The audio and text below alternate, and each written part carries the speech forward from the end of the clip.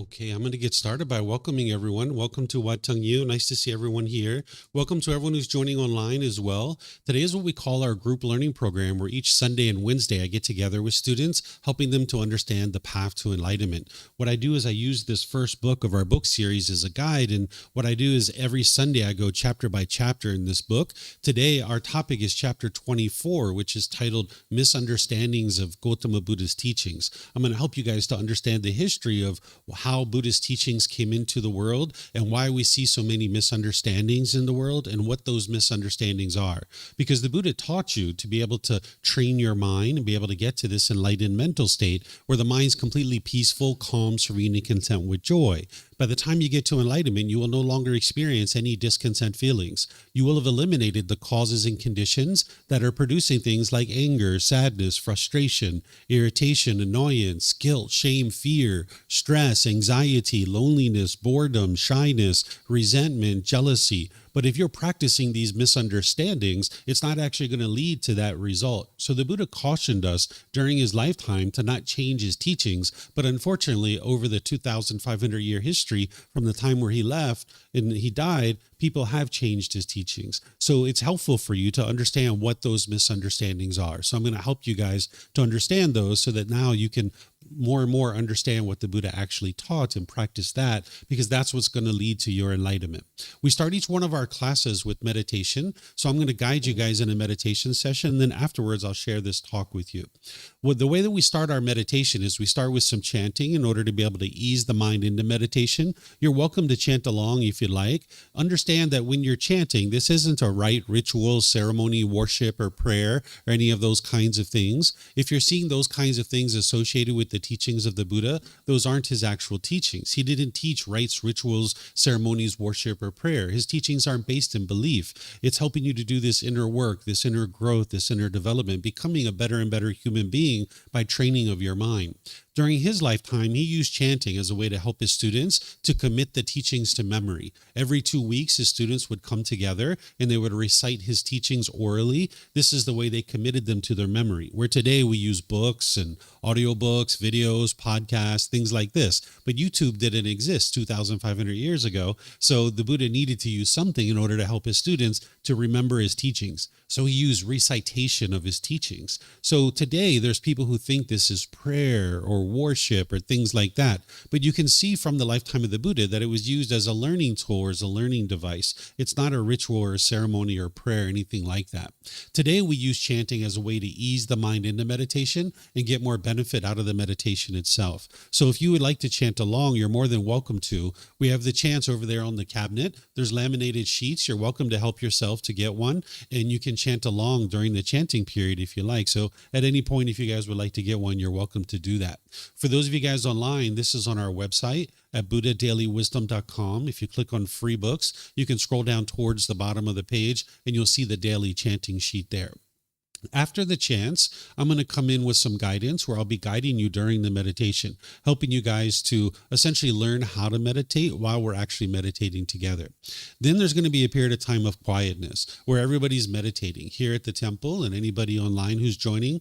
Now, during this period of time of quietness, I'm sure you're going to hear occasional sounds. You might actually hear a car go by, a dog barking, a bird chirping, someone here might cough or sneeze. This is all normal. If you're in meditation with a craving for permanent silence, when you hear a sound, you'll cause your mind to be annoyed or frustrated. This is what's causing your mind to experience things like anger, sadness, and frustration. That the mind in the unenlightened state craves permanence, and it can only be happy when it gets what it wants and what it expects. But the world is impermanent. It's constantly changing. So as long as your mind craves permanence while you live in an impermanent world, you're going to constantly be experiencing anger and sadness and frustration. But if you're in meditation, understanding that the world is impermanent, and you can't meditate in an environment that's permanently quiet, then when you hear a sound, you'll understand, well, that's normal. This sound is going to arise, it's going to change, and it's going to fade away. This is the way that the world works. So you can rest at ease while you're in meditation, understanding that the world is impermanent and things are going to be constantly changing. Then we're going to come out of the meditation with some more chanting, and that's where I'll start today's class, helping you guys to understand the misunderstandings of the teachings of the Buddha. In terms of your body position for meditation, there's 4 positions that the Buddha taught. seated, lying, standing, and walking. And you would learn these different positions at different times as part of your journey to enlightenment. This is part of like a tool belt that you erect during classes, courses, and retreats. You kind of apply the different tools that you need at different times. So these different positions are something that you would like to learn at different times. But oftentimes people are learning and starting out in the seated position. So I'll provide you guys some guidance on the seated position just to help you get started. You could be sitting on the floor in a chair. Maybe if someone's at home, they're on a bench or a sofa in a wheelchair. You can sit however you like. There's not just one way to sit. So the things that I'm going to share with you are suggestions or recommendations that you might consider. Because if there was just one way to sit, that would be permanence. And we don't live in that world. We live in an impermanent world. So you can sit however you like. But if you're on the floor, you might consider having some cushions under your rear. This will help soften your seat a bit. And if you're going to bring your legs together in the cross-leg position, you might just choose to do that lightly. Whereas if they're real tight, this can impede the circulation in your lower body. So people oftentimes like to just do it real lightly. Or some people like to put their legs off the mat. This gets your hips up in the air, and it lessens the angle at the hips, the knees, and the ankles, allowing the circulation to flow. The Buddha put his right hand over his left with his thumbs together, and he put this into his lap. If this is comfortable for you, you could use it. But again, it's not about everyone doing it exactly the same way. There's other options here as well. Some people like to put their palms on their thighs or their knees. Some people put their palms up. Some people rest their hands comfortably in their lap. So you do whatever is comfortable for you. The same thing's true for someone who's in a chair or a bench or a sofa or a wheelchair. You can also sit however you like. Some people like to put their feet flat on the floor or lightly cross at the ankles, but you can see me sitting here in a chair with my legs crossed, so this is an option for you as well. And then you can put your hands and arms wherever you like. You like your upper body to be erect with the sternum up and the shoulders back. This will help keep the mind attentive and alert during the meditation. What meditation is a dedicated, active, purposeful training session where you're eliminating certain unwholesome qualities and you're cultivating certain wholesome qualities. So you'd like the mind to be attentive and alert during this meditation. Whereas if you were slouched like this, the mind would have a tendency to be dull or lethargic. But if you're real rigid with the upper body, your mind can be overactive or uptight. So you'd like the upper body to be in the middle with the sternum up and the shoulders back, because not only will it keep the mind attentive and alert, but it'll make it easy for you to breathe in through the nose and out through the nose. So I'm going to get started with some chanting, which I mentioned you guys are welcome to join in, and then I'll come back in with the guidance afterwards.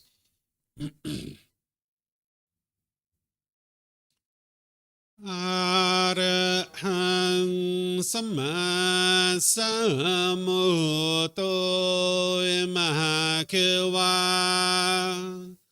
Bhutang Mahakewanang Apivateyami Savakato Mahakewata Tammo Dhammang Namasami Supatipano Mahakewato Savaka Sankho Sanghang Namami Namo Rasa Bhagavato Arahato Sama Sambuddhassa Namo Rasa Bhagavato Arahato Sama Sambuddhassa Namo Rasa Bhagavato Arahato Sama Sambuddhassa Iti piso emakewa Arahang Sama Sambuddho Vicacaranang Sammuno Sakatoro kawitu Anutero purisa Dhamma sati satatawa manusana Bhutto Bhagavati.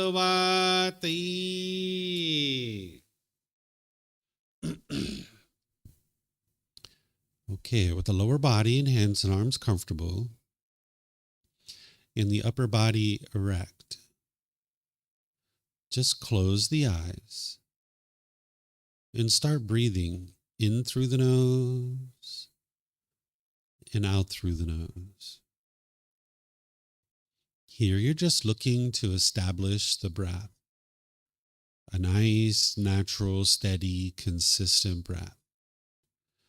Not forced or controlled, just a gradual inhale through the nose, experiencing the full breath. And then whenever you're ready, exhale out through the nose. Breathing in and out.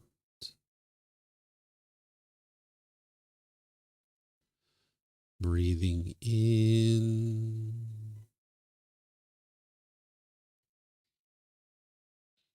and out.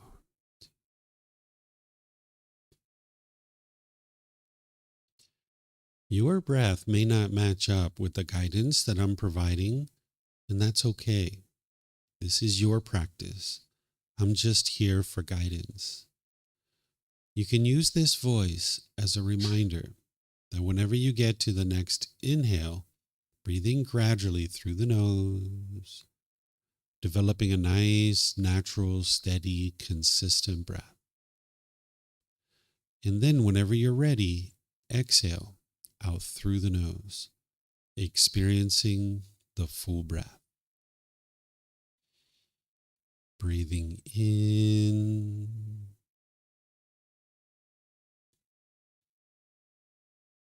and out.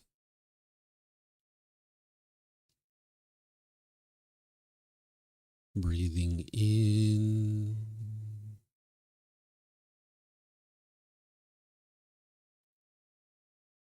and out.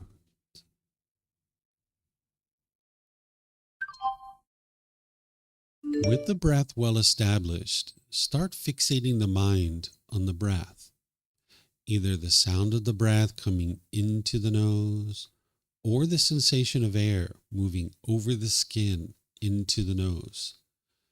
The breath is the present moment. Fixate the mind on the breath, the present moment. Breathing in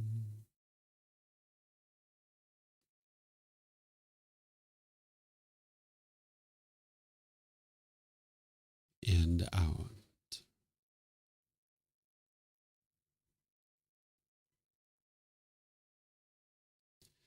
Breathing in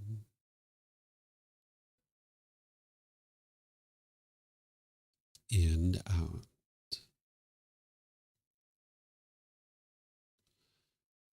With the mind fixated on the breath, whenever you notice that it moves off the breath, cut that off, let it go, and come back to the breath, the present moment.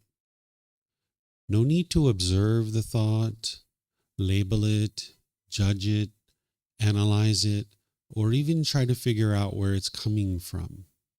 Whenever you notice that the mind is moved off the breath, cut that off, let it go, and come back to the breath, the present moment. Breathing in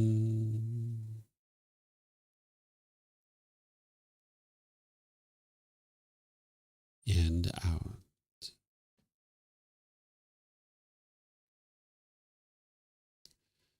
Breathing in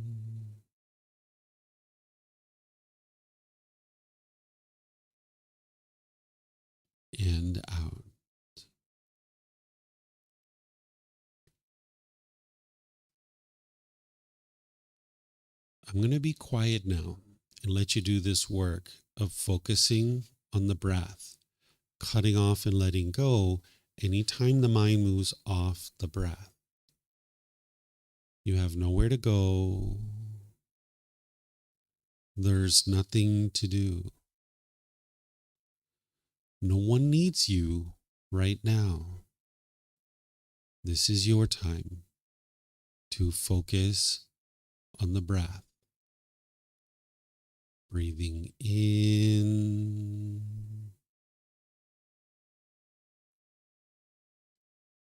and out.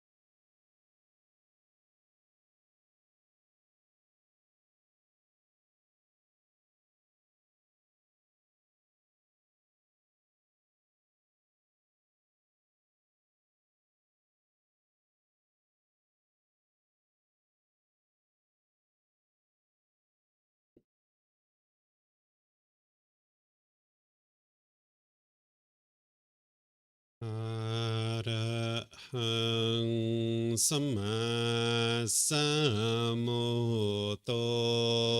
Mahakeva Potang Mahakavanang Apivateyami Savakato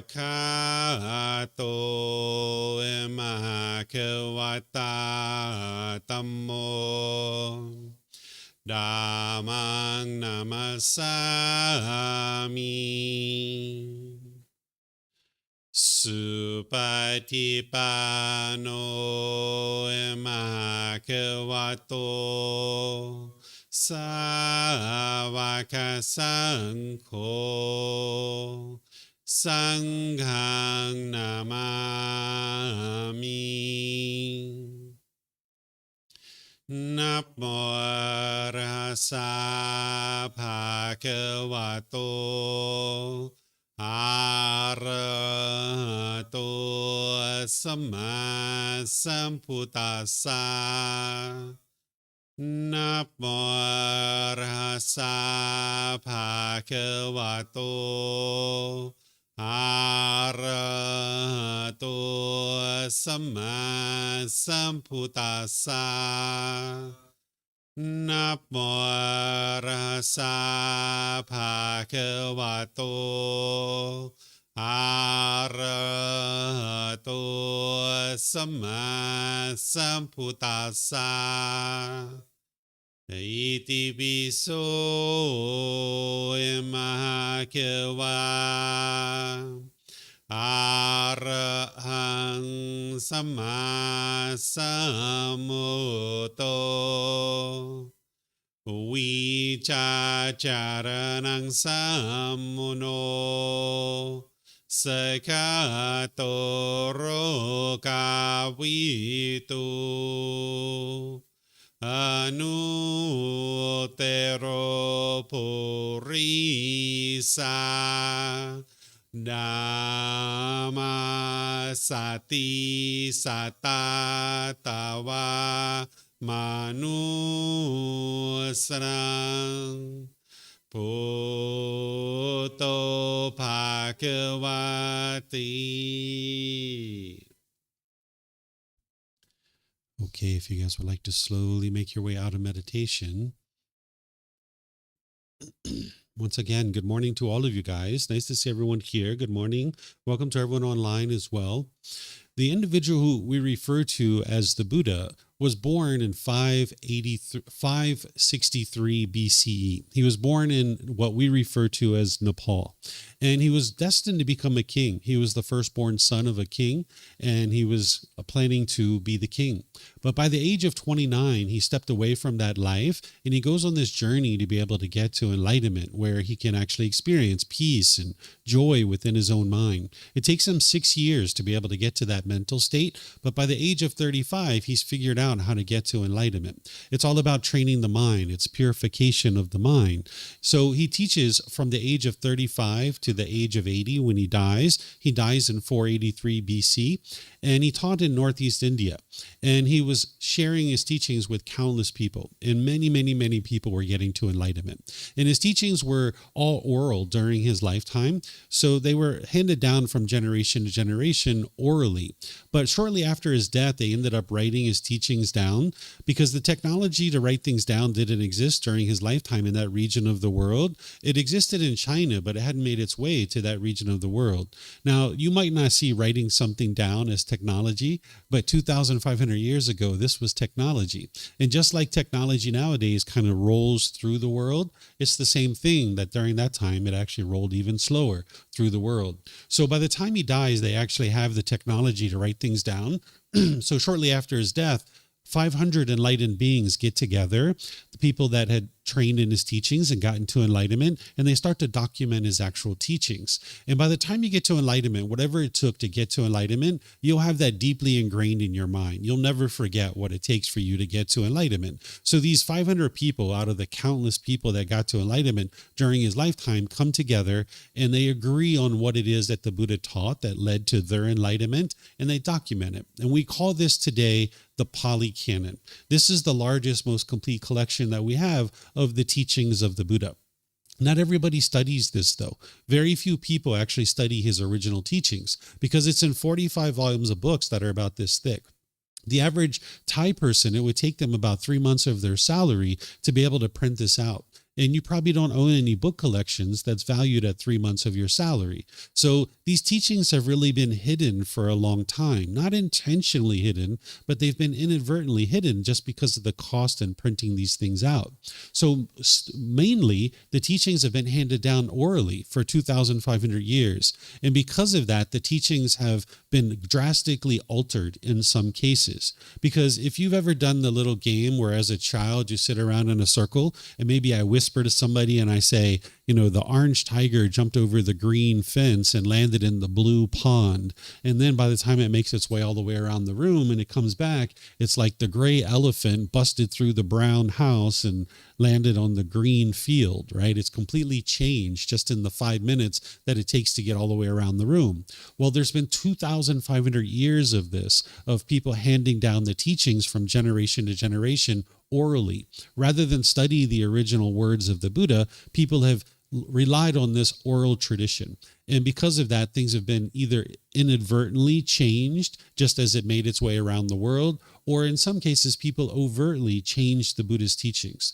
And he cautioned against this during his lifetime. If you look at his original teachings, he explains that changing his teachings is going to cause harm to you and countless other people. Because getting to enlightenment would be the very best thing that could ever happen for you.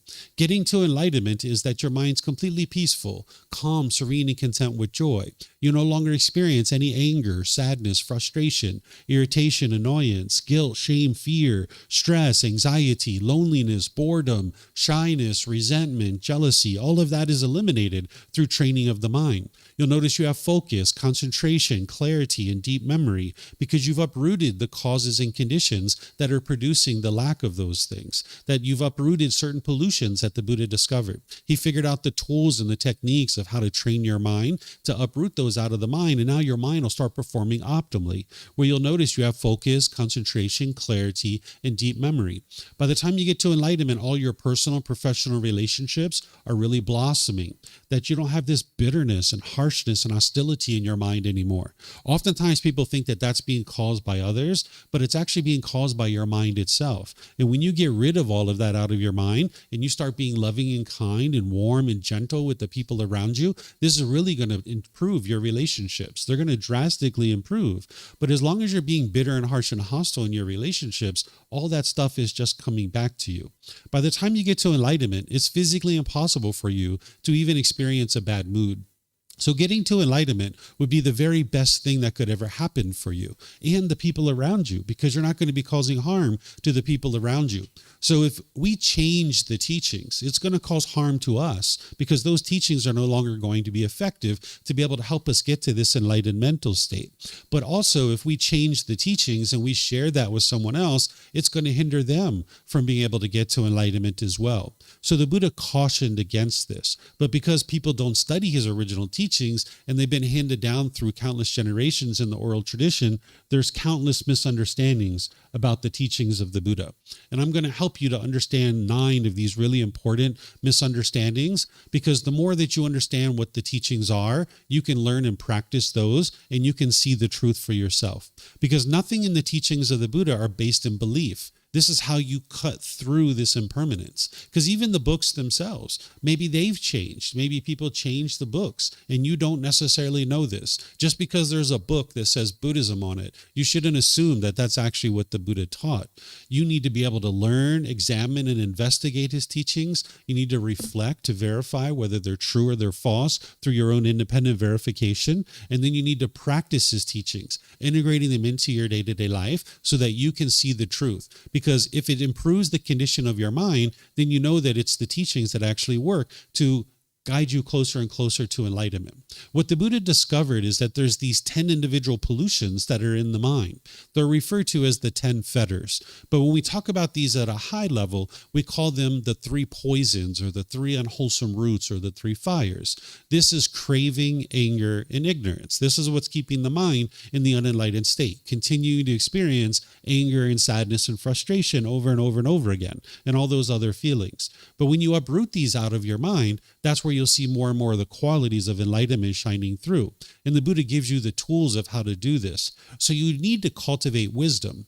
The wisdom that you need to cultivate is to understand that it's not the outside world that's causing you to experience anger, sadness, frustration, and all these other feelings. It's not your mom and dad. It's not your brothers and sisters, or your boss, or the politicians, or any kind of other things that are going on in the world. That's not what's causing you to be angry or frustrated. What it is called craving, desire, attachment. The mind's longing, yearning, the chasing after the objects of your affection.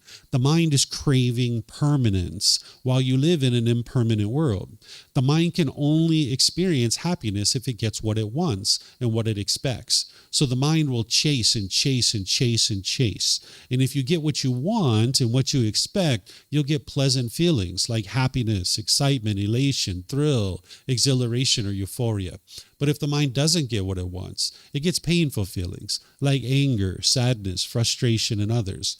So for example, if you wake up in the morning and you see that it's sunny outside, you might get really, really happy about that. It's like, yay, I'm going to go hiking today. There's this hiking trail that I want to go on, or I want to ride my bicycle, right? Yeah, I'm going to go outside and ride my bicycle. Oh, it's going to be so much fun, right? You get so excited.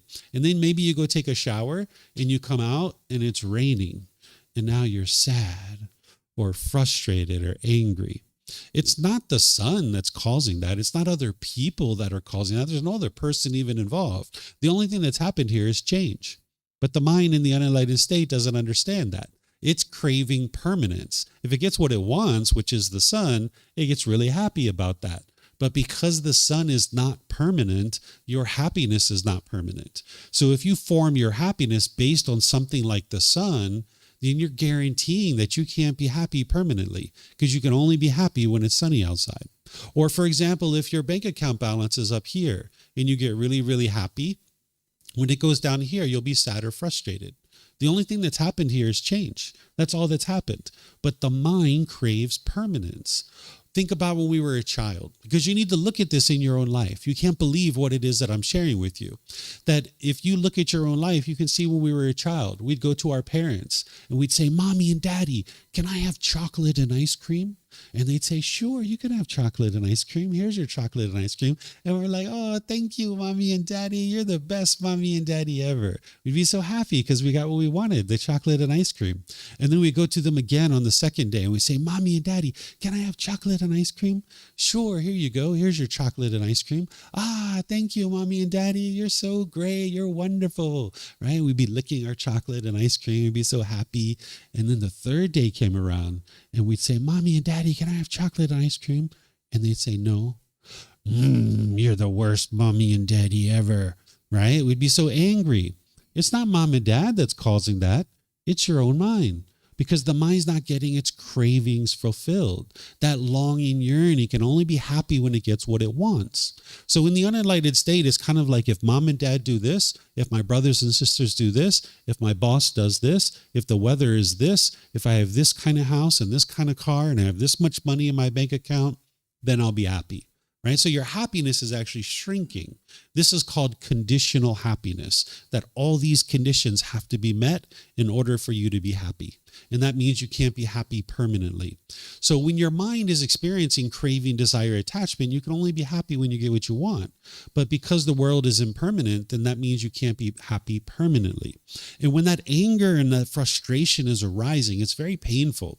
And the mind firmly believes that it's someone else that's causing this. And what you'll tend to do is you'll tend to be unskillful when this anger is arising. You'll tend to push people away out of your life. This is called aversion, where you're trying to push this person or this situation out of your life, thinking that that's going to solve your problem. But you can see that that didn't solve the problem because you still get angry, you still get frustrated or annoyed or any of these other discontent feelings. Or the second thing you'll do is you tend to be bitter and harsh and hostile towards people through your intentions, your speech, and your actions. It's almost like an animal growling and roaring at another animal, thinking that somehow you're going to fear this person into doing things your way, because the mind's craving that permanence and wanting everybody to do things a certain way.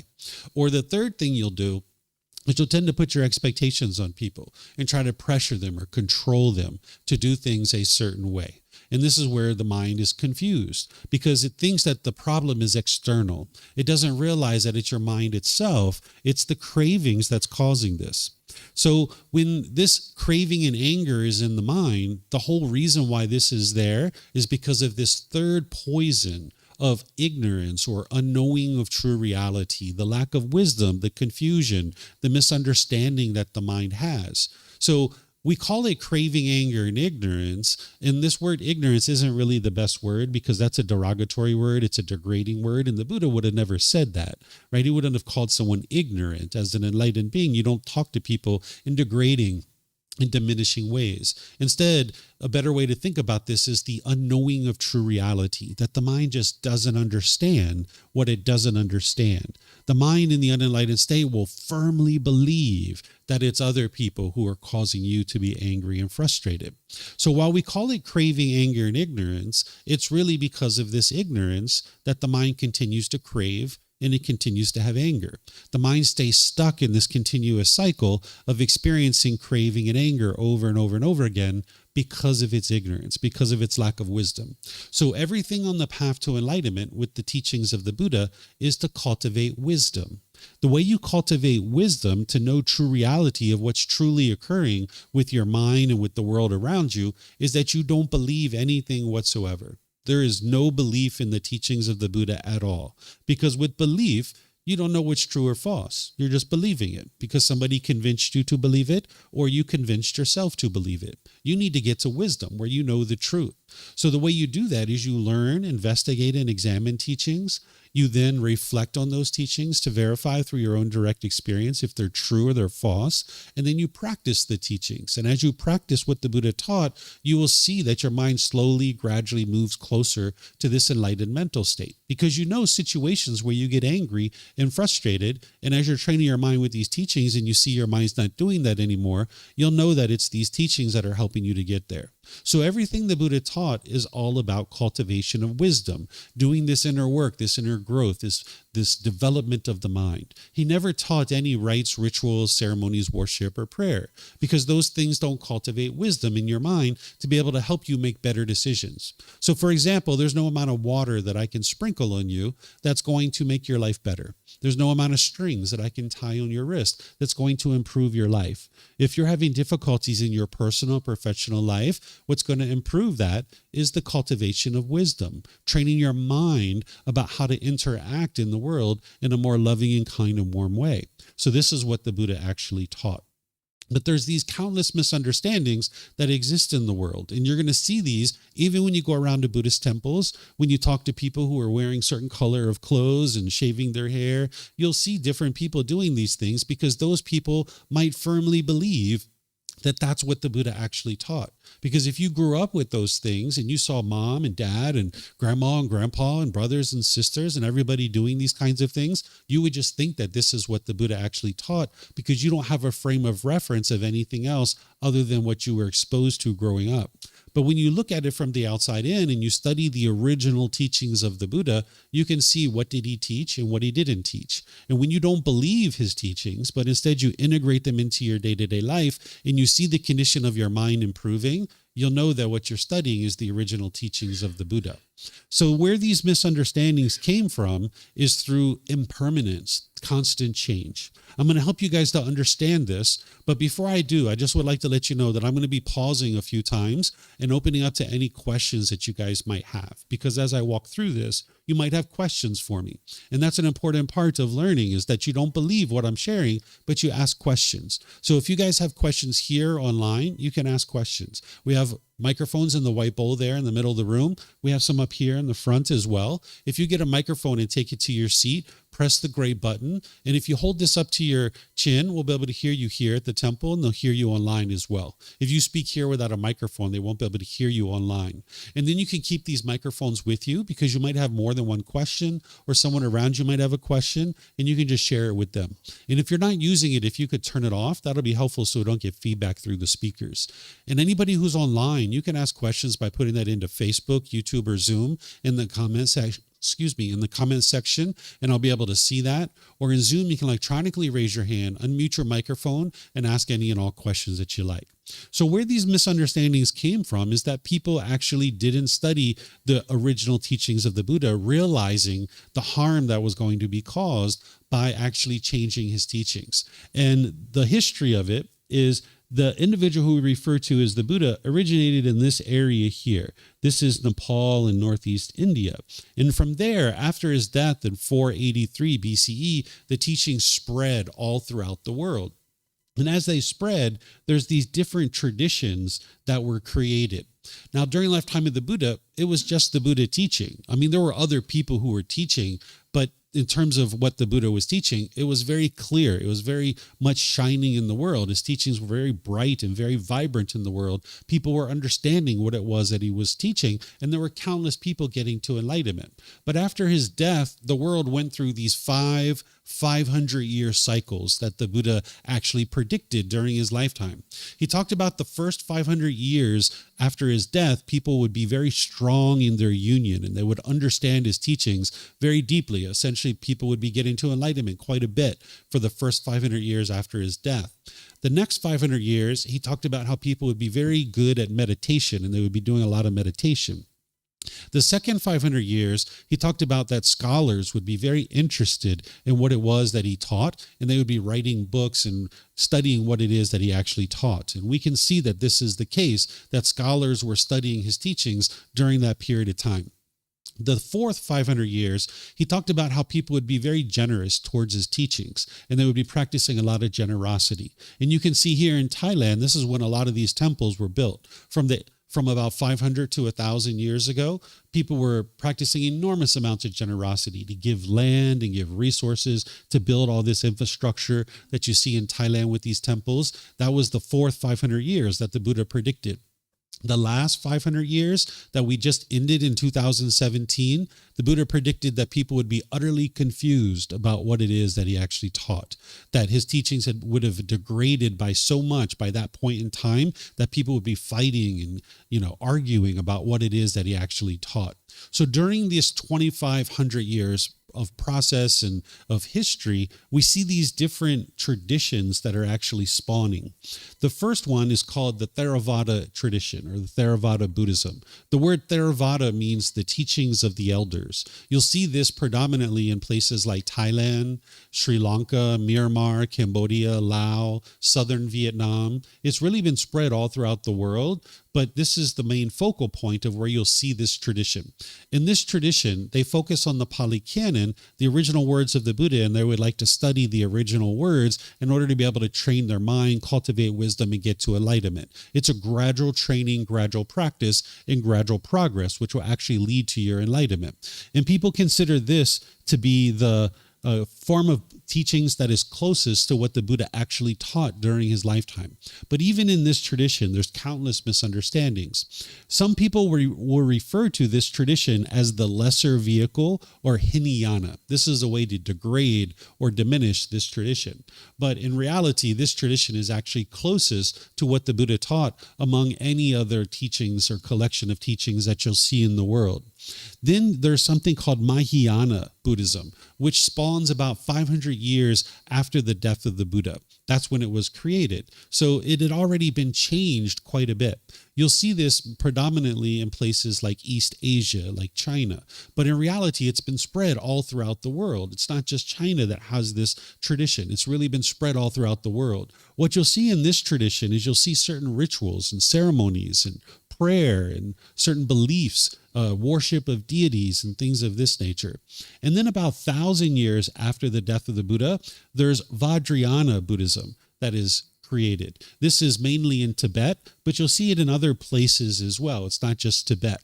And here you'll see a lot of changes to what the Buddhists taught. You'll see rituals, ceremonies, deity worship, prayer, and all kinds of different things. But remember, what the Buddha taught you to do is to cultivate wisdom, to do this inner work, to uproot the pollution out of the mind. There's no amount of rituals or ceremonies that can be done that's going to make your life better. In fact, during the lifetime of the Buddha, there were individuals called Brahmin that were doing rituals and ceremonies. These Brahmin, today, we would probably refer to them as Hindu priests.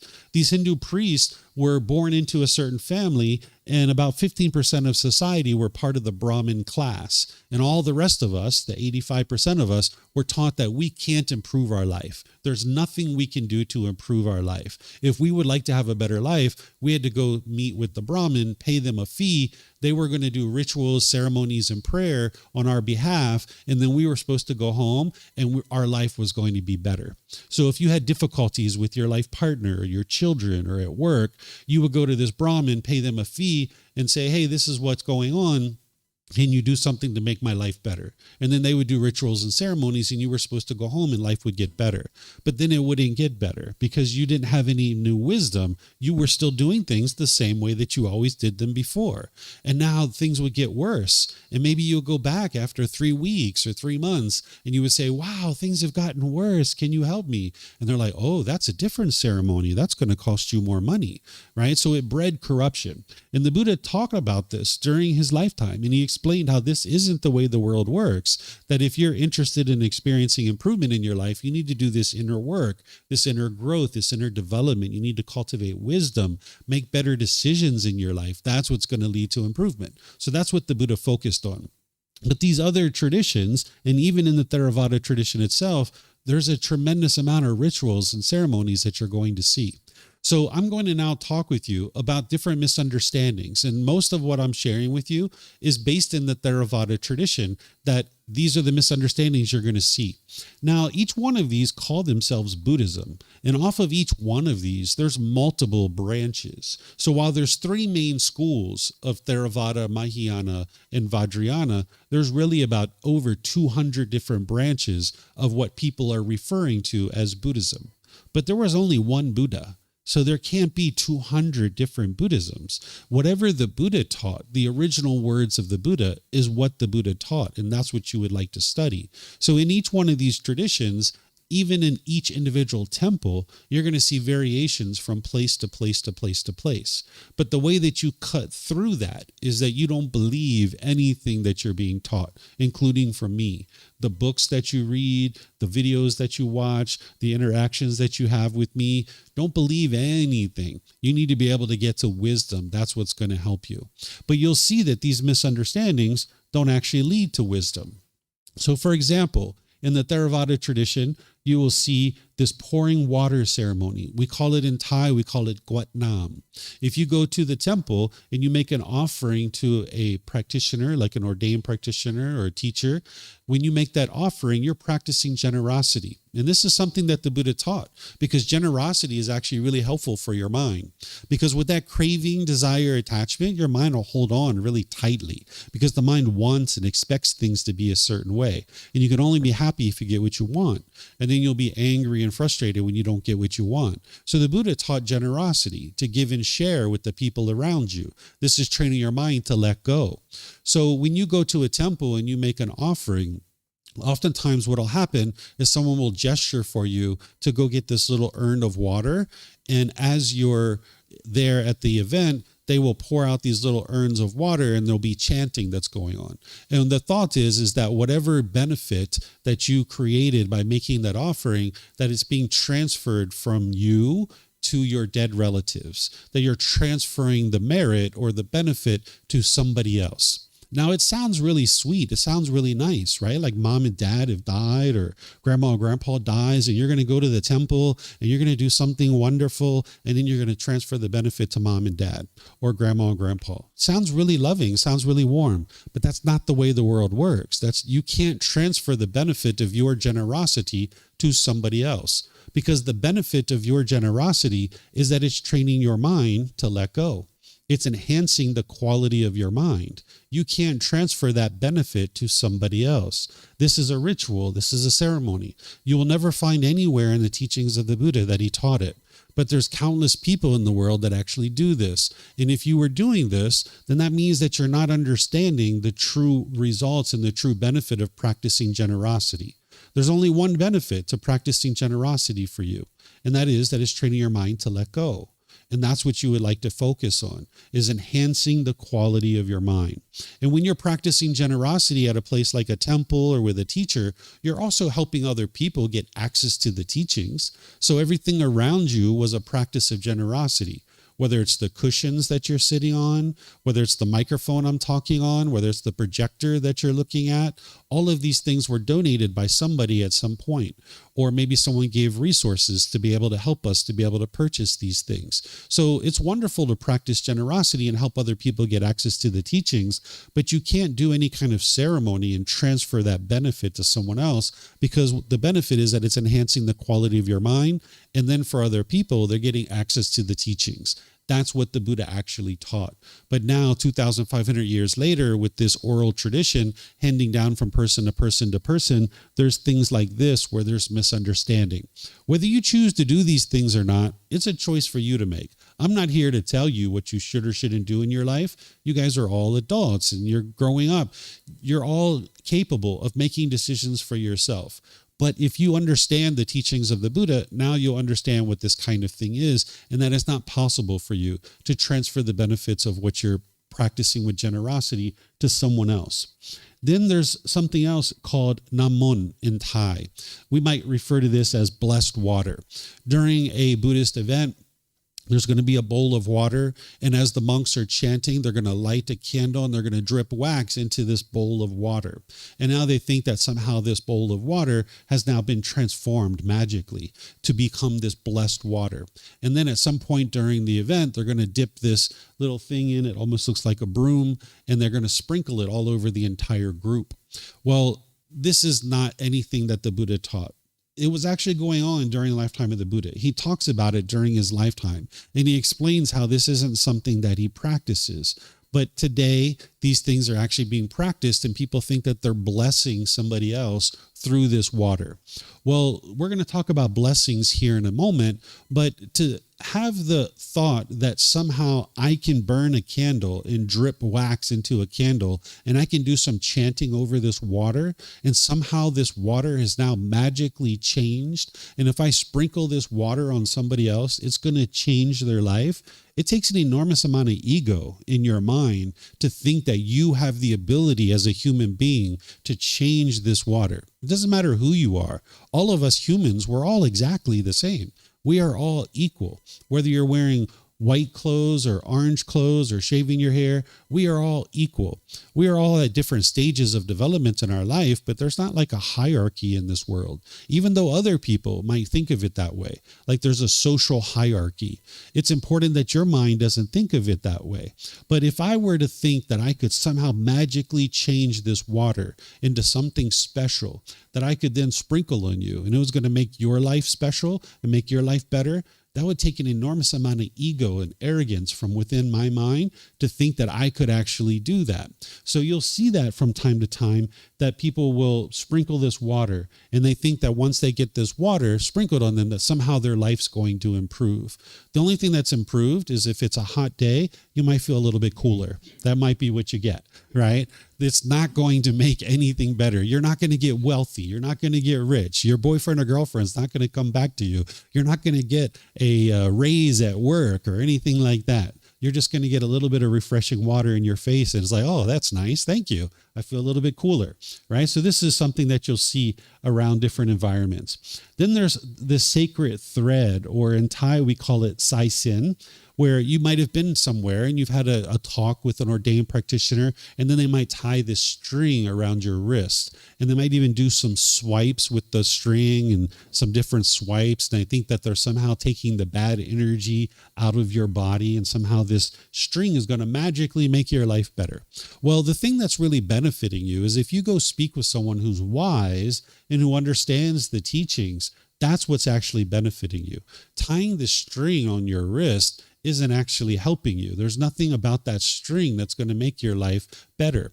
But oftentimes people think that that's the case. So they will actually, if they're experiencing sickness or illness, or they're having difficulties in their day-to-day life, they might go to a temple and try to find an ordained practitioner to tie a string around their wrist. Again, if people do this, I wouldn't judge those people. I wouldn't look down on those people. I don't think those people are bad because they're doing those types of things. Again, people grew up with this and they don't know any different in some situations. They don't even realize that this isn't the teachings of the Buddha. In that situation, the people who are receiving that and the people who are giving it probably firmly think that what they're doing is actually helpful. And that's wonderful that they think that way. But it's just a misunderstanding of the teachings of the Buddha, because everything he taught you is to do this inner work and this inner growth and inner development.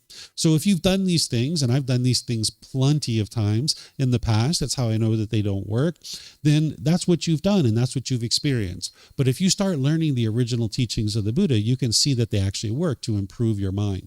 So these are 3 misunderstandings. I've got some more to share with you, but I'm going to pause here and see if you guys have any questions. Is there anything you guys would like to ask about any of these? Remember, here we have the microphones. And online, you guys can put that into Facebook, YouTube, and Zoom. I'll be able to see that. Or in Zoom, you can electronically raise your hand and ask any questions that you like that way. So, yes, ma'am, you have a question back there? I saw you have a mic. Oh, sure. Yeah. I saw you pick one up first, so I thought I'd come to you first. Hello. Hi. Just wondering where some of these rituals came from. Is these from Brahmins, like the sacred thread? Where did some of these come from originally? How did they manifest? Yeah. Sure. So this sacred thread this one comes from animism. Prior to the Thai people having Buddhism come here, Buddhism, we think, came here about 800 to 1200 years ago. And we think it came from Sri Lanka, that it came over the sea, and that the Thai people learned it through the people from Sri Lanka when it came here.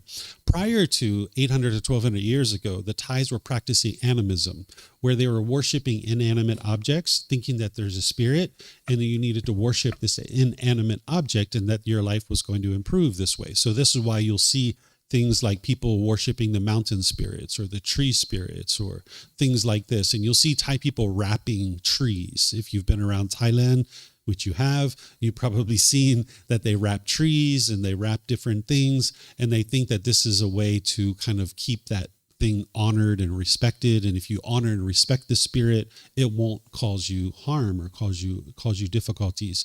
So we might think that when Buddhism came here 800 to 1200 years ago, that there was like a countrywide announcement. And on Friday, they said, hey, everybody, on Monday morning, we're going to be up and running on Buddhism 2.0, wipe out everything that you've done before, and we're going to be up and running on this new Buddhism 2.0. And that's not the way that it happened. So 800 to 1200 years ago, Buddhism kind of slowly, easily kind of made its way into Thailand, and animism was already there. So they kind of merged all this stuff. And you can even see Hindu teachings oftentimes merged in with Buddhism. So you'll see a little bit of animism, you'll see a little bit of Hinduism, a little bit of Buddhism, even Christianity now has merged into Buddhism. And for that local Thai person who grew up in a remote village and they just see grandma and grandpa, mom and dad, aunts and uncles doing all these different things, they just think that that's Buddhism. They don't have any other perspective. But from us, from the outside looking in, we can see where these things came from. And this one came from animism. This water one, this one was going on before the Buddha. So it's probably coming from Hinduism. This one here, I have it in the book exactly where it came from, but I don't recall off the top of my head, but some of these have actually been traced back to like 500 years ago. There might have been some well-known monk who wrote a certain book, and they said that, in my dreams, I went into the hell realm, and when I went to the hell realm, I encountered all these, devilish beings, and they told me to send them our goodwill. And now that I've been to the hell realm, now I'm going to teach this. This is how we can send them our good merit. And you can see there's been some people that have traced some of these things back to be able to find out where did these come from. And sometimes it's something as far-fetched as that there's just some monk somewhere 500 years ago that wrote this little book, and now everybody believed it and they started doing it. And now it's been spread and propagated all throughout the world. But the beauty is that we have the original teachings of the Buddha, and you can go back to those and you can see what did the Buddha teach, because he talks about, like this one, he talks about how he doesn't do this one and he explains why. Because it leads to wrong view. What the Buddhist teachings are based on is something called right view. Right view is to understand that these feelings and emotions are coming from your own mind. It's not coming from the outside world. And if you have right view, then rather than blaming everybody else for the feelings that you have, you'll look inward and be reflective and introspective. And that's where you'll actually see the real progress and the real improvement in your life. But if you have wrong view, then you'll think it's the outside world that's causing these feelings. So sprinkling water around, thinking that somehow you're blessing everybody and that somehow you're purifying what everybody else is doing, then this is going to promote wrong view. And that's why the Buddha says he didn't do this kind of thing. But you'll see plenty of people who do this, even ordained practitioners, because they just don't know sometimes any different. I've talked to a few ordained practitioners about this particular one. And sometimes when I talk to them, they'll say, yeah, we know that the Buddha never taught it, but because the people ask us for it, we just do it, right? And it's a lot harder for them to sit there and explain to this person that, yeah, the Buddha never taught this. This is what I would do if somebody asked me to do this, but those people have chosen for whatever reason not to do that work to be able to teach. And then sometimes ordained practitioners don't even realize that this wasn't taught by the Buddha. They think that that's actually Buddhism. So each of these are coming from different places, but it's a misunderstanding. You have your question ready? Yeah, so I would argue that every ceremony is not only religious, is a gathering of energies. And I'm pretty sure that this is something, if you feel like you can do something and give energies to someone, even in healing, like body healing, like they prove that people being there for someone is going to make them heal faster. So for sure, some energy gathering cannot be bad. It's like chanting. You are gathering energies around some goal, right? Do you have a question for me? Because I didn't hear a question in there. Yeah, so are you like really separating the religious aspect of Buddhism from Buddhism? So Buddhism is like a skill that you learn? Buddhism is a collection of teachings that are going to lead you to a peaceful and joyful mental state. And in order to accomplish that, you need to do this inner work, this inner growth, this inner development to uproot the pollutions out of your mind that are actually producing these discontent feelings. And you can actually independently verify that what the Buddha taught is actually true through learning, investigating, and examining his teachings, through reflecting to verify if they're true or false, and then through practicing those teachings. The things that you're talking about with energy and all that kind of stuff, it's just not true. There's a lot of people who believe in these kinds of things, but there's no energy here. There's individual human beings that are here, and each individual human mind is functioning in whichever way it's functioning. But if you're going to get to peace and joy in your mind, you're going to need to do that training to uproot the pollutions. And one of the things that the mind has very thick is this lack of wisdom and this unknowing of true reality. And it'll believe things like a bunch of people getting together, there's some amount of energy exchange, and somehow that's going to make us feel better. But in order to get to enlightenment, you've got to uproot the pollutions out of the mind, and this is what's going to lead to your peace and joy. And you can study this and you can practice it and see the truth for yourself. But I can tell from your question that you haven't done that work, so that's why your mind doesn't have that understanding. I mean, so you'd never feel energies when people are doing something together. I'm just talking ceremonies in general, but I've been in ceremonies that made me feel things just because there were people. It's impossible for the outside world to make you feel anything. And I realize that that's not what you currently understand right now, but it's impossible for the outside world to make any kind of feeling inside your mind. It's impossible for someone to insert a feeling into your mind. No, but I'm sorry, I'm talking. You asked a question, but if you'd like to talk, I'll let you talk. You'd like to hear what I have to say?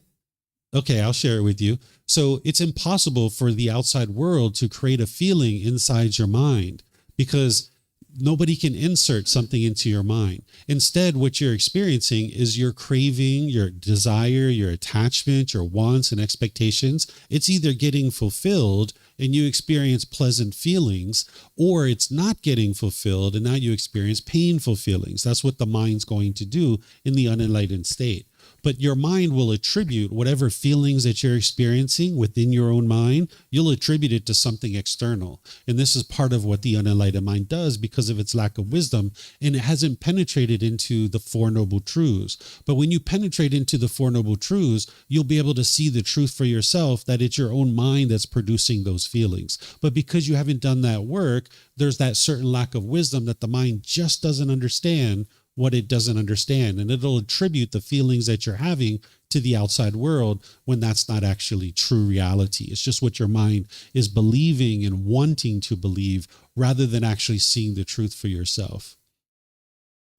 Yeah, I mean, there is a lot of work to do to reach enlightenment. So what if I'm doing part of the work I should and part of the work I shouldn't? How do I know what part makes me progress and what part doesn't?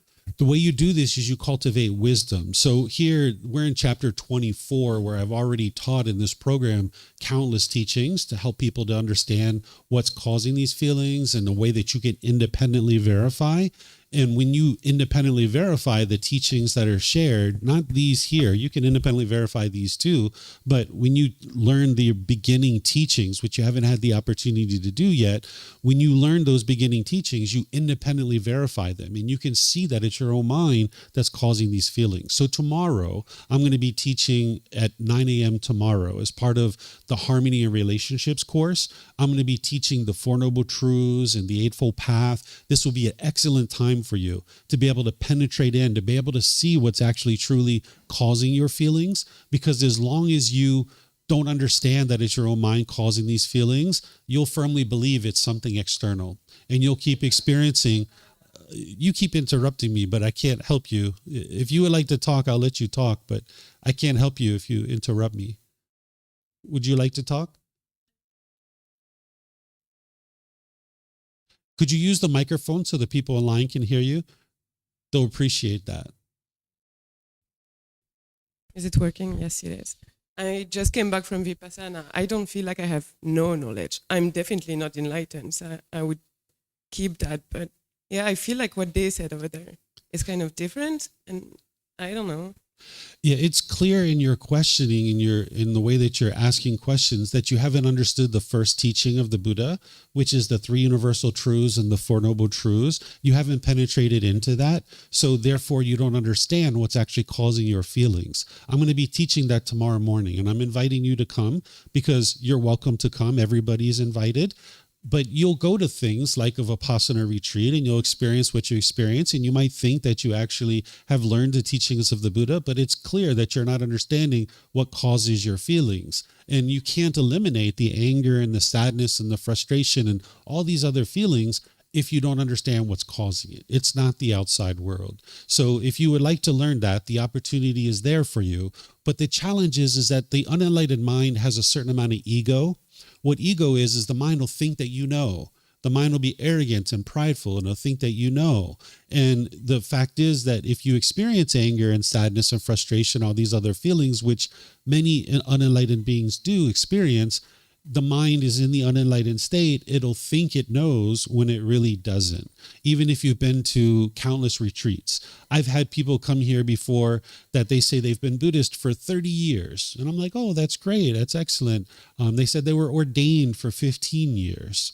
And I will ask them, I'll say, well, what causes anger? Because I'm interested in helping people to be able to see the truth of these teachings so they can experience enlightenment. And this person who thinks that they've been Buddhist for 30 years and they were ordained as a monk for 15 years, I ask them a question, what causes anger? And they say, oh, that's very difficult. I wouldn't be able to explain that. Well, if you learn the original teachings of the Buddha, that's the very first thing that you will typically learn with somebody who's actually teaching you to get to enlightenment. But here's somebody who's maybe thinking that they've been involved in Buddhism for 30 years and they've even been ordained as a monk for 15 years, and they don't understand the very first teaching of the Buddha, which is what leads to anger and sadness and frustration and these other feelings. So you're welcome to learn here, if you like. I understand that you firmly believe that you've already learned some certain things, but because you still experience anger and all these other different feelings, you know that your mind is not yet enlightened and there's help for you, but you're going to need to lower the ego and understand that you don't know right now, but there is somebody who's willing to help you. But oftentimes the mind will turn away from that because it's just going to hold on to what it currently thinks rather than approach something new and actually learn the true teachings of what it takes to get to this enlightened mental state. So if you'd like help, the help is there for you, but you've got to decide that that's what you would like to be able to do. Yes, ma'am. I have a question that you said being generous, the only thing you get is let go. I wonder what exactly let go what? Is it anger or sadness or the trauma we have experienced? So what the unenlightened mind does, because of its craving, anger, and ignorance, is it holds on. And that's what's causing all these discontent feelings, is that it's holding on. The mind doesn't know how to let go. So this is why, like when you first got together with a boyfriend or girlfriend, if you've ever had that type of relationship, when you guys broke up, you might have been angry or frustrated for a period of time. You might have been lonely or bored or missing this person. This is because the mind was holding on. It was craving permanence. But at some point, if it's been a while, your mind let go, right? But during that period of time where your mind was holding on and you were wanting to be with this person, it was very painful for you. So the Buddha is teaching you how to train your mind to let go mentally, where you don't hold on to things and crave for things to be permanent. So the generosity is training your mind to be able to have this quality to let go. In fact, that meditation we just did this morning, where you're focused on the breath, and anytime the mind moves off the breath, you cut that off and let it go and come back to the breath. That's also training your mind to let go. You're building this internal mechanism to let go so that the mind doesn't keep holding on. And there's an entire path. It's not just generosity and it's not just meditation. That's what I'm going to be teaching tomorrow morning. There's multiple things that you need to understand in order to train your mind to let go. And as you do, life's just going to get better and better and better for you because your mind's going to become more and more peaceful and more joyful. Mm-hmm. Okay, so these are the first three here. We're going to study some more here as well. So in the ordained path, the Buddha referred to the male ordained practitioners as bhikkhus and the females as bhikkhunis. These are individuals who left out of household life in order to be able to train directly with the Buddha. During his lifetime, that's how people were mainly getting to enlightenment. You can get to enlightenment as a household practitioner. There's some people in the world that think you can't get to enlightenment as a household practitioner, but you absolutely can. But during the lifetime of the Buddha, oftentimes people were leaving out of the household life because it was much more challenging to get to enlightenment as a household practitioner during the lifetime of the Buddha. Because as a household practitioner, we were busy with things like carrying water back and forth to the well. This would take a half a day, maybe 2 or 3 times a week, where we were just carrying water back and forth from the well. Or we were planting food and making clothing and doing all the other tasks that it took just to survive, right? Where nowadays, a lot of that stuff has been systematized. We just walk over to a sink, we turn a knob, and boom, we've got water, where we don't have to spend that amount of time that we did in the past. In fact, we have so much time in our life nowadays that we oftentimes fill it up with unbeneficial things. Right? We get out one of these little devices and you sit there and you might scroll and scroll and scroll and scroll because we just have so much time in our life where you could actually reduce a lot of that stuff and you'd have a lot more time to train your mind. Where during the lifetime of the Buddha, they didn't really have that amount of time to do things like that. So they were just busy trying to sustain their life. So people would leave out of the household life and they would become ordained in order to be able to train with the Buddha. And during the lifetime of the Buddha, he talked about the ordained practitioners as being the lowest form of livelihood. Because remember, the Buddha was a prince destined to become a king. He was headed for kingship, and he stepped away from that life, entered into a life of homelessness, where he basically just slept in his student's house. His students would donate some sleeping space to him, and he would just sleep wherever people gave him the opportunity to sleep. So he looked at the ordained lifestyle as the lowest form of livelihood, and he was humbling his mind to be able to step down from this kingship that he was destined for into this life of homelessness. And this helped him to be able to let go of that conceit, the ego, the arrogance, the pride, thinking that I'm better than everybody else. It helped his mind to eliminate that by living in this life of homelessness.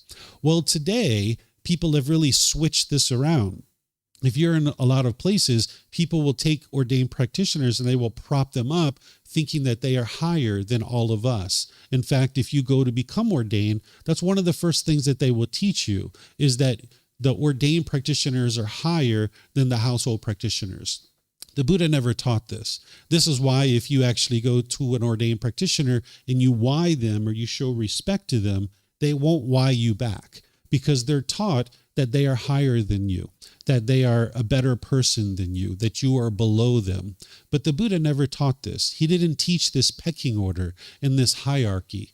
In order to be able to get to enlightenment, you've got to eliminate that, understanding that we're all equal, we're all the same.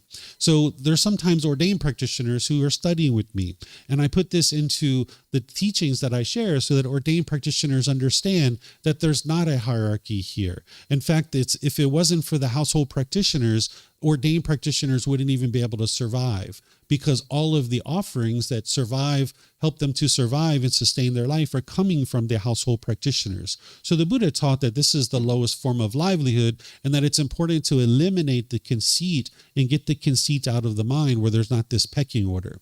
And I've got some words here from the Buddha where you can see that that's what he was actually teaching. So this is one of the first teachings. It's titled, "Gain, Honor, and Praise are an obstacle even for an arahant." An arahant is an enlightened being. This is how they refer to an enlightened being 2,500 years ago. So he says, "Monks, gain, honor, and praise, I say, are an obstacle, even for a monk who is an arahant, one with taints destroyed."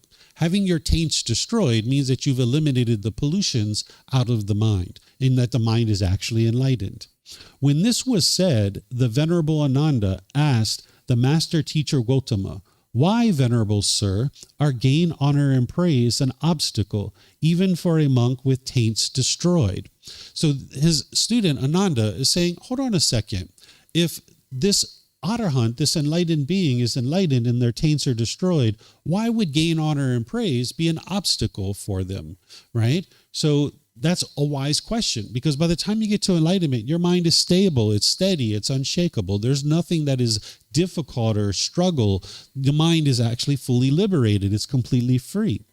The Buddha then follows this up. He says, "I do not say, Ananda, that gain, honor, and praise are an obstacle to his unshakable liberation of mind, but I say they are an obstacle to his attainment of those peaceful dwellings in this very life which are achieved by one who resides diligent, dedicated, and determined. So dreadful, Ananda, are gain, honor, and praise, so bitter, vile, obstructive to the achieving of unsurpassed security from bondage or enlightenment. Therefore, Ananda, you should train yourselves thus. We will abandon the arisen gain, honor, and praise, and we will not let the arisen gain, honor, and praise persist, obsessing our mind. Thus should you train yourselves." So as you're becoming more and more enlightened or more awake, people are going to praise you. People are going to honor you because you're actually performing as a better and better being. You're going to be more loving, more kind, more gentle, more friendly with everybody around you. And you're going to hear all this praise coming to you.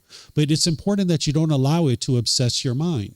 Because one of the things that the mind can do if it has conceit is it can feel emboldened, and it can walk around with a chip on its shoulder and like, look at me, my mind is so concentrated, my mind is so focused, look at how great I am, and look down on other people. But you can see here what the Buddha says is that this gain, honor, and praise is an obstacle, not once you've gotten to enlightenment, but for your attainment of. He says, "Ananda, the gain, honor, and praise are an obstacle to his unshakable liberation." He's saying it's not that he's saying it's an obstacle to his unshakable liberation, but instead it's an obstacle to his attainment of enlightenment. So once your mind's enlightened, gain, honor, and praise isn't going to affect you. Your mind's humble. You just think of yourself as being equal. But in order to get to enlightenment, as people are praising you and telling you, wow, you're so friendly, you're so great, you're so loving, you're so kind, maybe your conceit comes out and thinking you're so much better than everybody else. And you got to be sure you get rid of that and don't allow your mind to be obsessed by that. Here's another teaching on this same topic.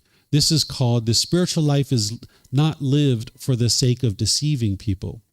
Monks, this spiritual life is not lived for the sake of deceiving people and persuading them, nor for the benefit of gain, honor, and praise, nor for the benefit of winning in debates, nor with the thought, let the people know me thus, but rather this spiritual life is lived for the sake of restraint, abandoning, freedom from strong feelings, and elimination.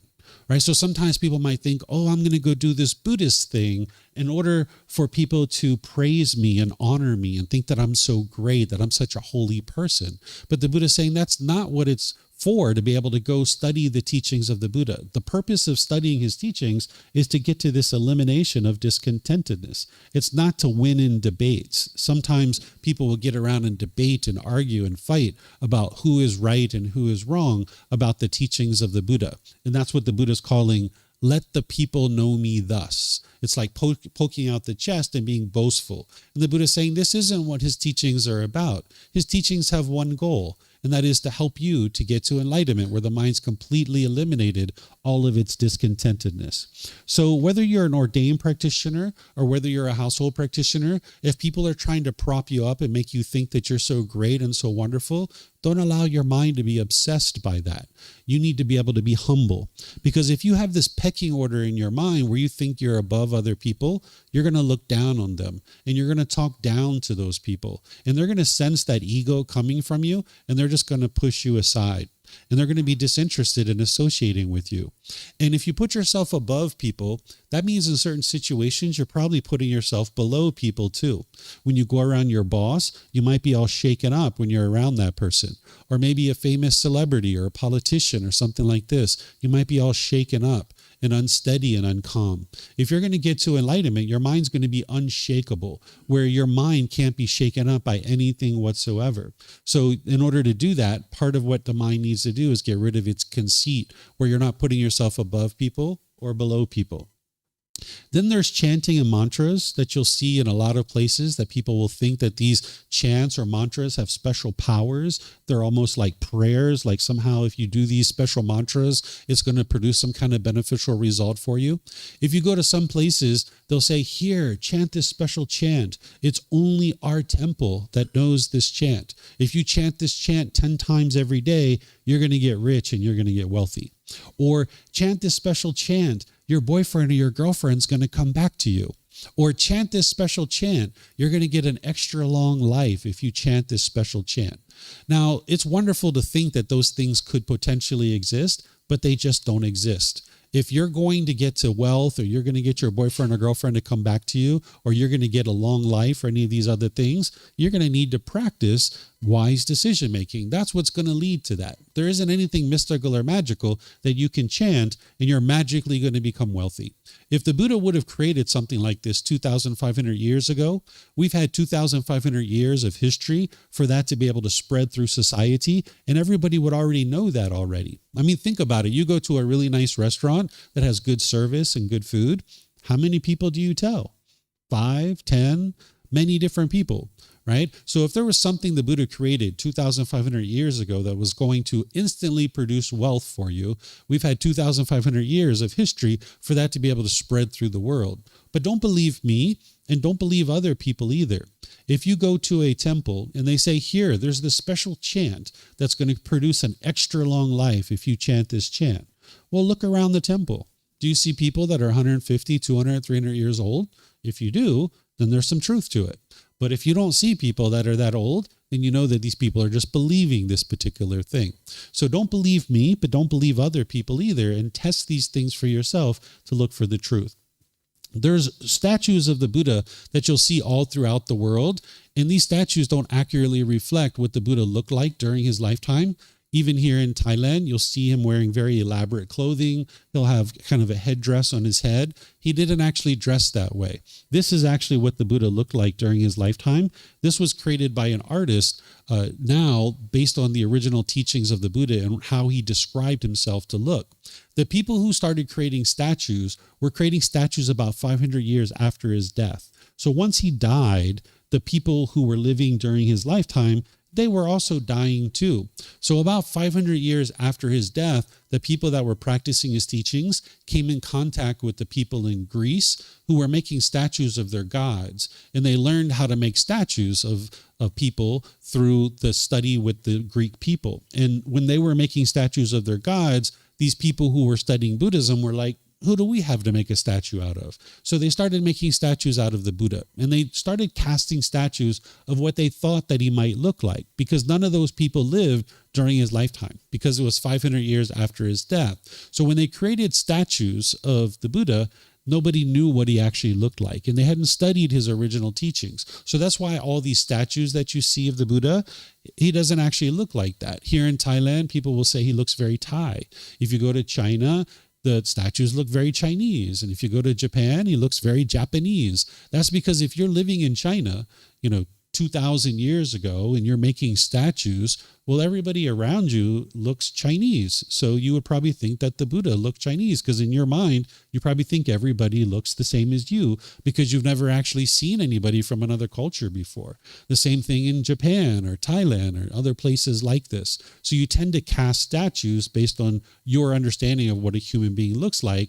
And 2,000 years ago, there wasn't as much interaction with different ethnicities. So people in a certain culture thought that everybody looked that way. Everybody in the world looked the way that they looked. So this is why you'll see statues of the Buddha looks very different from one culture to the next, because those cultures are casting statues that look like themselves. Where in reality, the Buddha was born in what we refer to as Nepal or Northeast India.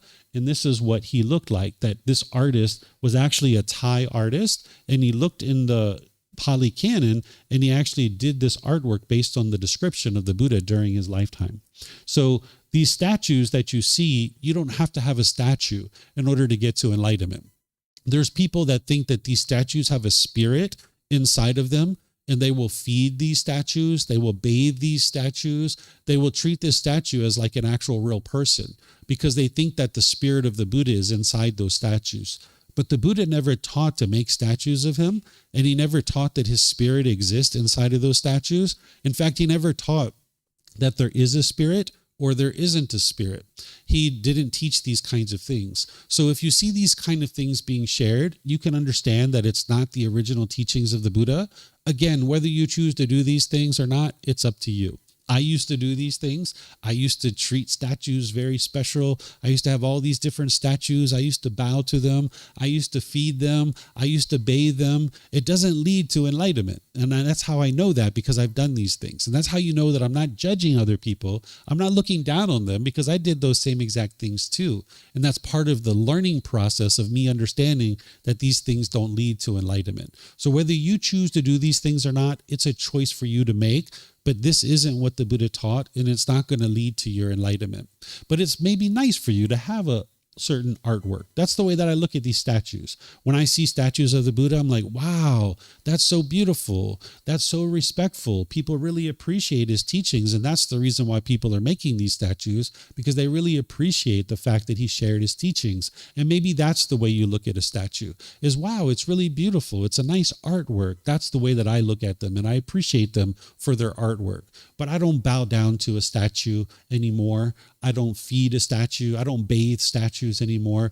I know that the Buddha's spirit is not in these statues, because he never taught those kinds of things. So if you would like to do these things, it's totally up to you, but at least you'll understand that that's not what the Buddha taught, and it's a misunderstanding. But you'll see plenty of people that are doing these kinds of things. So any questions on any of these three here that you guys would like to ask? Okay, I don't see any questions anywhere. Okay, so now the last three to talk about here is, excuse me one second. So some people think of Gotama Buddha as a god or an avatar or a Lord. You might hear this. People might say, Lord Buddha, or they might refer to the Buddha as a god or different things like this. The Buddha never taught these kinds of things. In his lifetime, there was actually someone who came to him and asked him, "Are you a heavenly being?" He said, "No, I am not a heavenly being." They even asked him, "Are you a god? Are you this? Are you that? Are you this?" And he said, "No, I am none of those things." And he said, "Remember me as awake. Remember me as a Buddha." That's what he was describing himself as. So he came into the world through the womb of a woman. And for anybody who comes into this world through the womb of a human being who is a woman, we refer to that as a human being, right? So the Buddha was a human being, but oftentimes people will associate with him as a god, an avatar, or a lord. Well, if you look up the definition of a lord, it's completely opposite of what the Buddha taught. That the word Lord, it means someone or something having power or authority or influence, a master or ruler. That a Lord is acting in a superior or domineering manner towards someone. Well, the Buddha actually did just the opposite of this. He actually thought of himself as being down to earth and humble and the lowest form of livelihood. He didn't prop himself up in this domineering way. So if we refer to the Buddha as a Lord, then that means we're assigning all those attributes to the Buddha, which the Buddha didn't describe himself that way. And there's some places in the world that think of Jesus Christ as the only Lord and Savior. So that means that they're taught that they should never honor or respect any other Lord or any other Savior. So if we refer to the Buddha as Lord Buddha, then that means those people who think about Jesus Christ as being the Lord and Savior, they would never approach the teachings of the Buddha because they're not interested in honoring or respecting another Lord. But the Buddha never actually referred to himself as a Lord. He's never talked about himself as a Messiah or a Savior or anything like that. So if we assign those attributes to the Buddha, then that means this large population of people who consider themselves to be Christian and who could potentially approach the teachings of the Buddha in order to get help to experience the enlightened mental state, they would never actually get that help that they need in order to experience enlightenment. So again, whether someone refers to the Buddha as a Lord or not, that's a choice for them to make.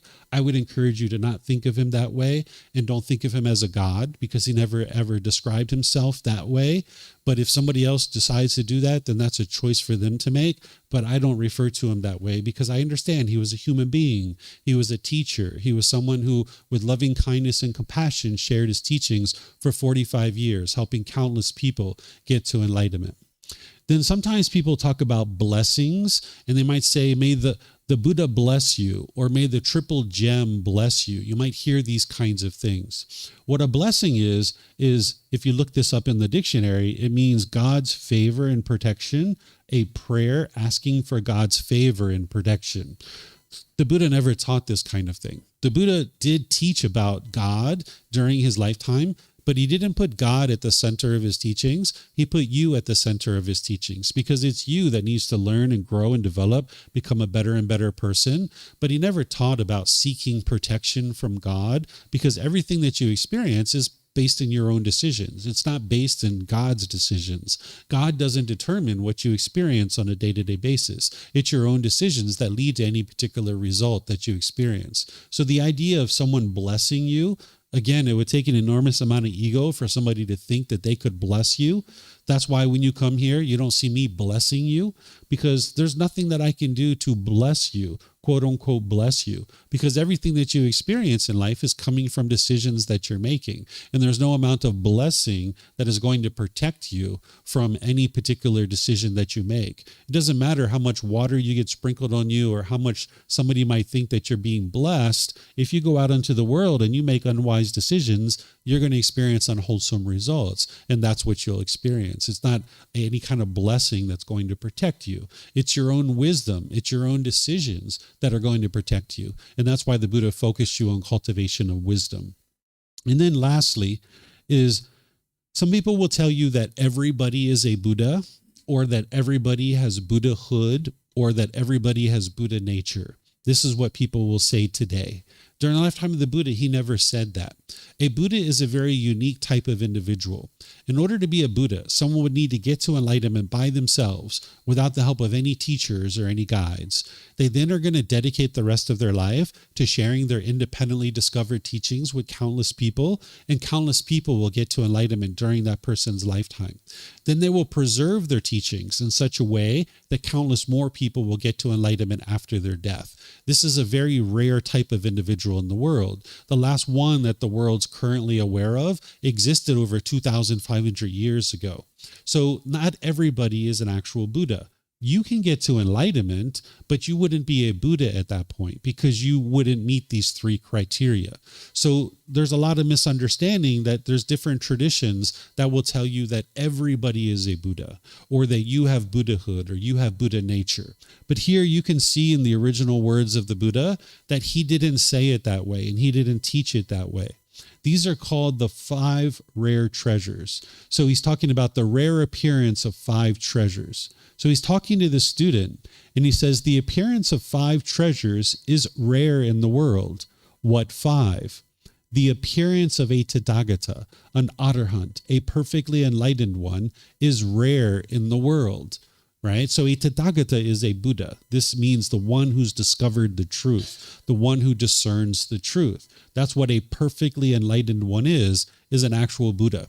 And he talks about how rare it is that this individual exists in the world. Well, if every single one of us was a Buddha, that's not very rare, is it? So while people today say that everybody is a Buddha, the Buddha never taught that. And it's helpful for you to understand what a Buddha is and what a Buddha is not, because you're actually going to need teachers and guides to help you to be able to get to enlightenment. You're going to need to do the inner work, the inner growth, the inner development in order to be able to get to enlightenment, but you need a teacher. A teacher is like a tour guide pointing out for you the things that you need to learn and understand. You are your own independent practitioner, learning how to grow and develop in order to be able to get to enlightenment. But a teacher is pointing out for you the things that you need to understand. So you're not going to be a Buddha when you get to enlightenment, but you'll be enlightened and you'll be plenty pleased with that. There's these other things that the Buddha talks about that is rare in the world, but I wasn't planning to go through those, but you'll see these in our book series because these are the original words of the Buddha. But this first one, you can see that the Buddha is talking about how rare it is for a Buddha to exist in the world. The last one that the world's currently aware of existed over 2,500 years ago. So that's how rare it is for this type of individual to be in the world. But you're going to hear people that tell you everybody is a Buddha. But you'll understand the truth on this topic because this is a big misunderstanding in the world. So any questions on any of these misunderstandings here? Yes, ma'am. So Christian believe that God creates the world. Have ever the Buddha said who created the world? The Buddha does have a creation story. If you look in volume 11, chapter 58, the Buddha's creation story is there. He explains how the world was created. I have no way of verifying that that's the way that it actually occurred. And I independently verify all the teachings of the Buddha, but I can't independently verify that because I wasn't there when it was actually created. He doesn't talk about it as being God, but he does talk about a being, but he never uses the word God during his creation story. But then there's other parts of his teachings where he does talk about God as the creator. So if you read his creation story, he doesn't use the word God, but he talks about a being. But then in other parts of his teachings, he talks about the God as being creator. So you could connect these two things and say that that's what he's teaching, but we have no way of actually confirming it right now. The only way that you can really confirm this kind of thing is science tells us that there is, rocks that came together essentially in gases, that kind of the Big Bang theory, right? Well, I understand looking around the world, this world is constructed with such intricacy and such intelligence that these Big Bang theory, while that may have occurred, there was somebody involved, some higher power, in my opinion, that created everything that we experience today, because the way that the world works, it's just too complex in order for just this Big Bang to have produced all the complexity of the world that we see. So in my thoughts, I think, in my opinion, that what the Buddha is saying about this being of God being the creator, I think that's the way it actually occurred. But I wasn't there to know for myself. But based on all the evidence that I see, I don't see any reason why that's not true. So I tend to think that that's actually the case of what's truly occurred. But other people have other thoughts on that. And it's an interesting topic to talk about, but in reality, it doesn't really matter because none of the teachings of the Buddha are based in belief. It's not about figuring out what happened in the past, however many billions of years ago that might have occurred. It's about learning and growing and developing now in this life to be able to get to enlightenment. And it's not based on what happened in the past. So you're not having to believe certain things. But when I think about this topic and I look at it, I'm like, yeah, there's something very intelligent that put all this together. There's no way that it was just, rocks coming together or gases coming together. Mm-hmm. All right. I don't see any other questions anywhere. Let me look online here. I don't see any here either.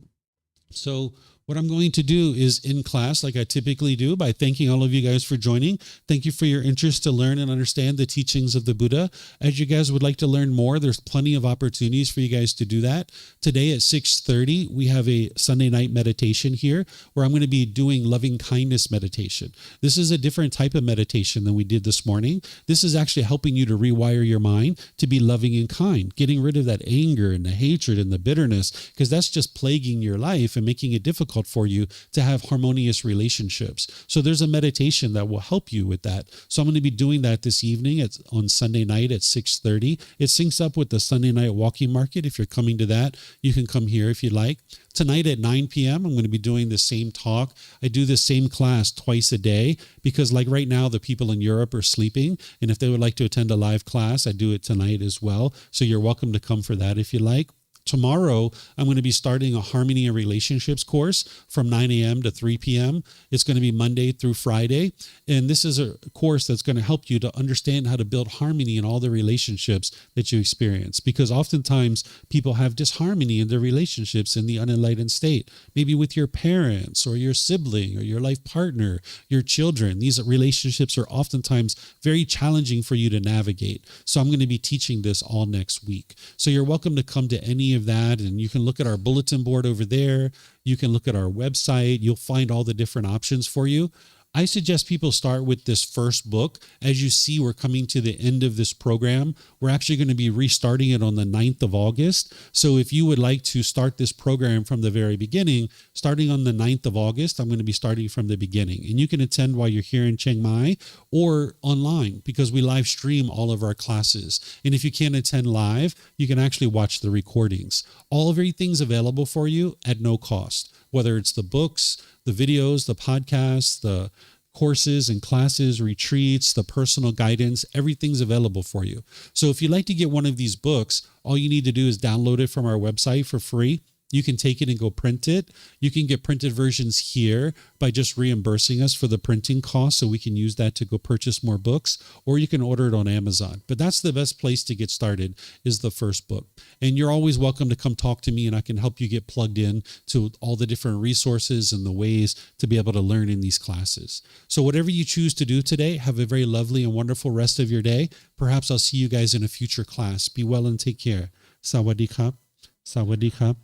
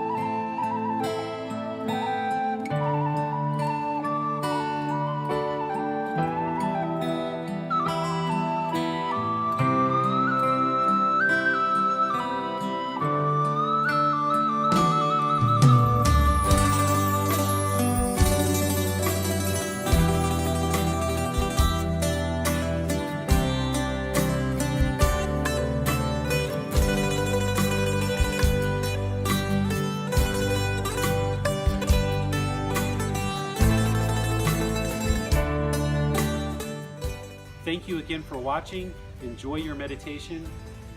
Look forward to seeing you online and answering any questions that you might have. Thank you so much.